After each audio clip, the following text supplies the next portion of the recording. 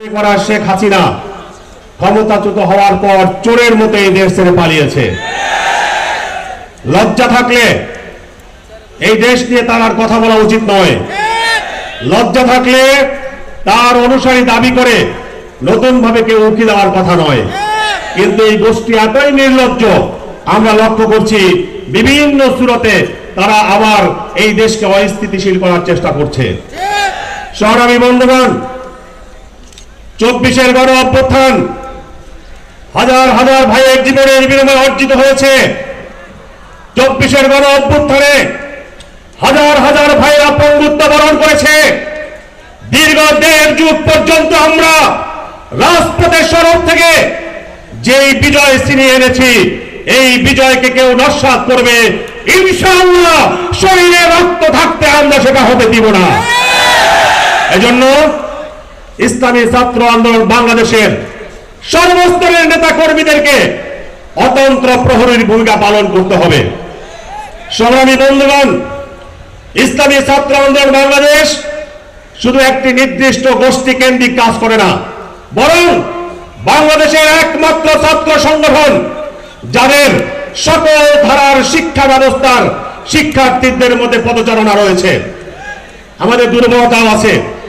আমরা এখনো পর্যন্ত বাংলাদেশের প্রথম সারির শিক্ষা প্রতিষ্ঠানগুলোতে যে অবস্থান তৈরি করার কথা ছিল সেই লক্ষ্যমানে আমরা পৌঁছাতে পারিনি।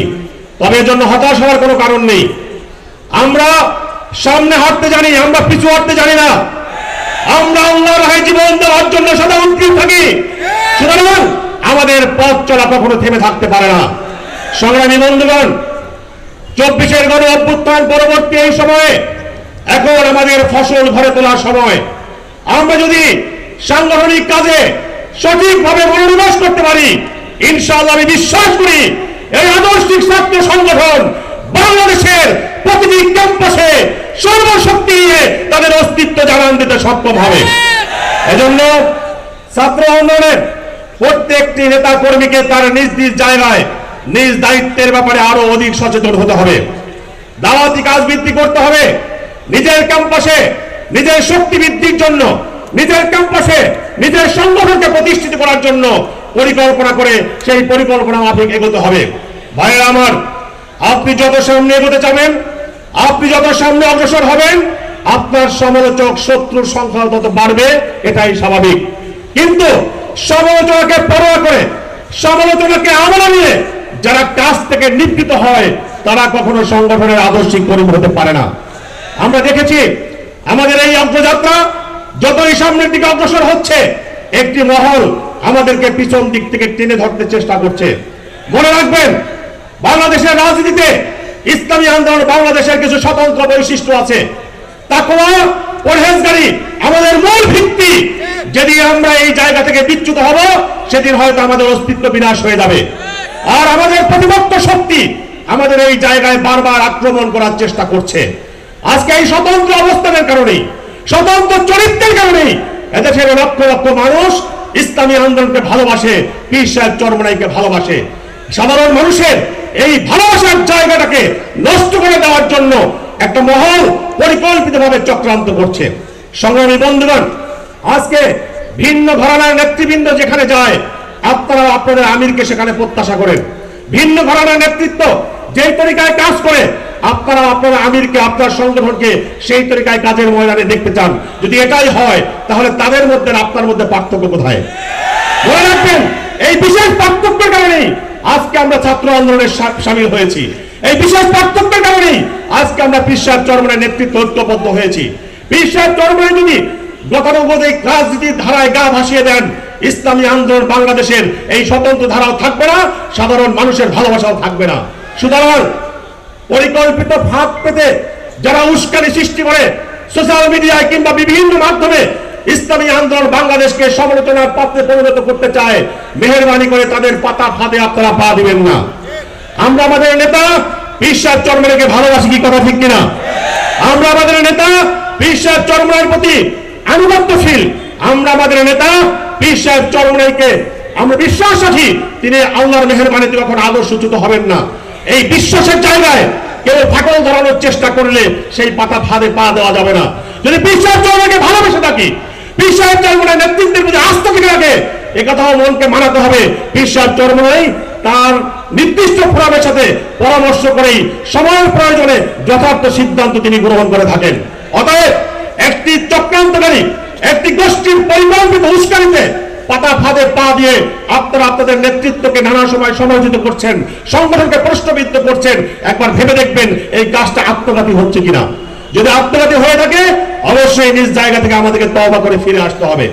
সংগ্রামী বন্ধুগণ, ইসলামী আন্দোলন বাংলাদেশ, ইসলামী ছাত্র আন্দোলন বাংলাদেশ একটি অগ্রসরমান সংগঠন। তৃণমূল থেকে গড়ে ওঠে আজকে বাংলাদেশের প্রত্যন্ত অঞ্চলে ইসলামী আন্দোলন বাংলাদেশের যে ভিত রচনা হয়েছে, এই ভিত্তিকে আমাদেরকে ধরে রাখতে হবে, এই ভিত্তিকে আরো মজবুত করতে হবে।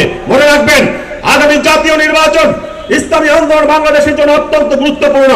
এই জাতীয় নির্বাচনে ইসলামী আন্দোলন বাংলাদেশের পক্ষে যদি আমরা গণজোয়ার তুলতে ব্যর্থ হই, সারা বাংলাদেশে আমাদের শুভাকাঙ্ক্ষীদের যে মতামত, যে সমর্থন, সেগুলো যদি আমরা ঘরে আনতে ব্যর্থ হই, তাহলে হয়তো এর দায় আমাদের অনেক দিন পর্যন্ত পোহাতে হবে।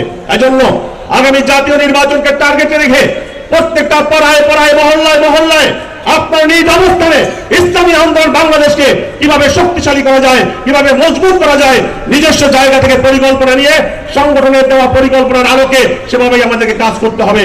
আর তা যদি আমরা করতে পারি, আমরা বিশ্বাস রাখি ইনশাআল্লাহ ইসলামী আন্দোলন বাংলাদেশের এই অগ্রযাত্রা কোনো শক্তি দাঁড়ায় রাখতে পারবে না।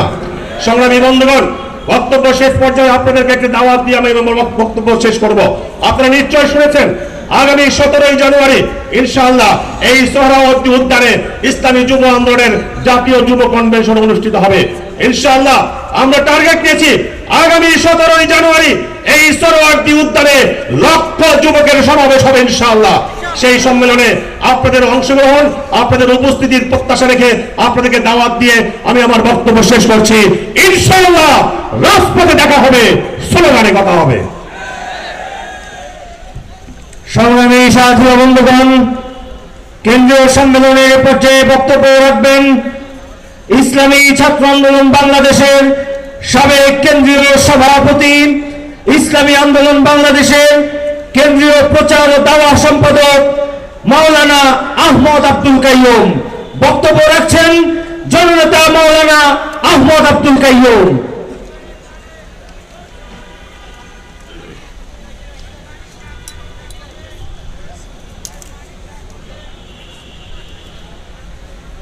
আসসালামু আলাইকুম ওয়া রাহমাতুল্লাহি ওয়া বারাকাতুহু। ইসলামী শাসন, ইসলামী ছাত্র আন্দোলন বাংলাদেশ আয়োজিত আজকের এই কেন্দ্রীয় সম্মেলন 2025-এর মোহতারাম সভাপতি, আজকের এই সম্মেলনের প্রধান অতিথি ইসলামী আন্দোলন বাংলাদেশের মোহতারাম আমির হযরত পীর সাহেব হুজুর চরমনাই, জাতীয় নেতৃবৃন্দ, সমবেত ভাই ও বন্ধুগণ, সংগ্রামী ভাইয়ের আমার, ইসলামী ছাত্র আন্দোলন বাংলাদেশ প্রতিষ্ঠার পর থেকে এই পর্যন্ত যে চিন্তা, যে চেতনা লালন করে আসছে, সেই চিন্তা এবং চেতনার উপর এখন পর্যন্ত আলহামদুলিল্লাহ প্রতিষ্ঠিত আছে, ঠিক কিনা? এই শহীদি কাফেলা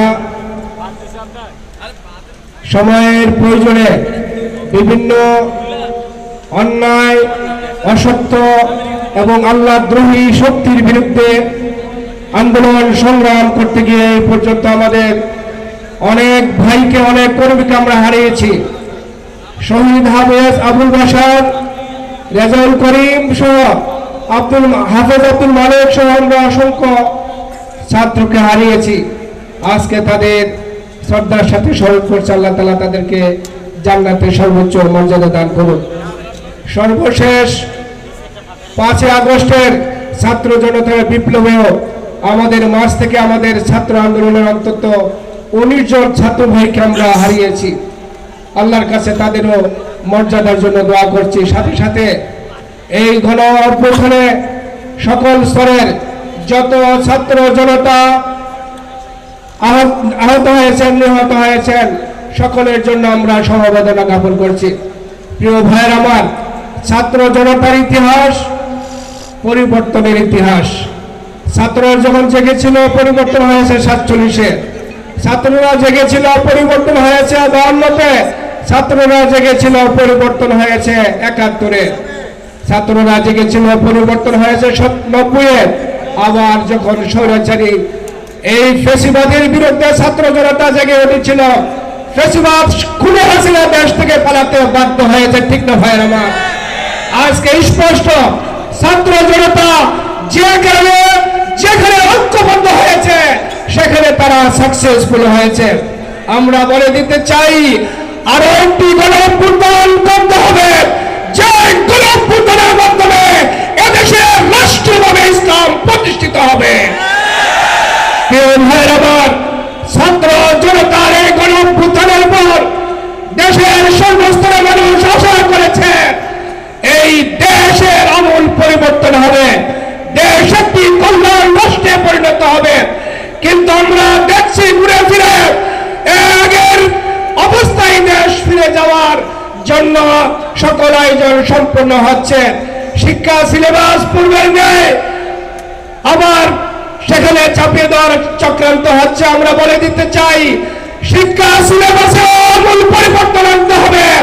যে শিক্ষা সিলেবাসের বিরুদ্ধে অভিভাবকরা দিনের পর দিন মাসের পর মাস আন্দোলন সংগ্রাম করেছে, সেই শিক্ষা সিলেবাস এদেশের 92 লাখ মানুষের শিক্ষা সিলেবাস হতে পারে না।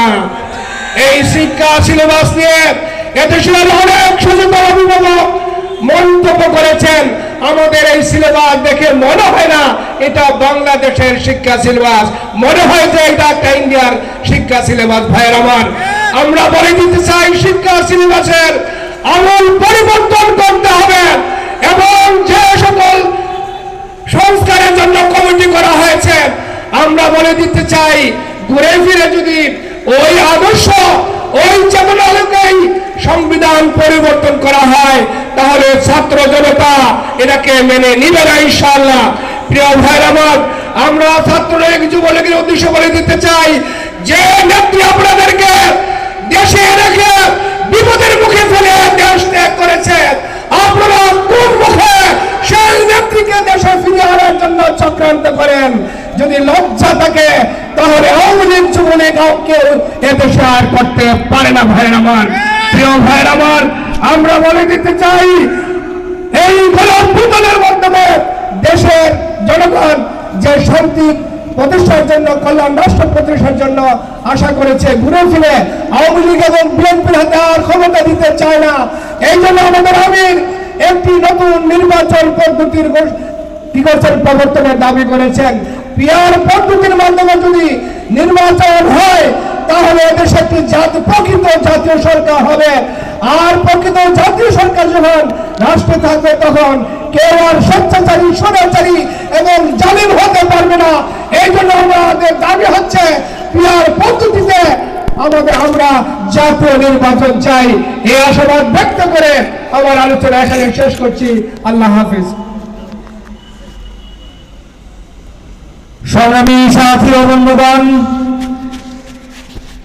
ইসলামী ছাত্র আন্দোলন বাংলাদেশ এর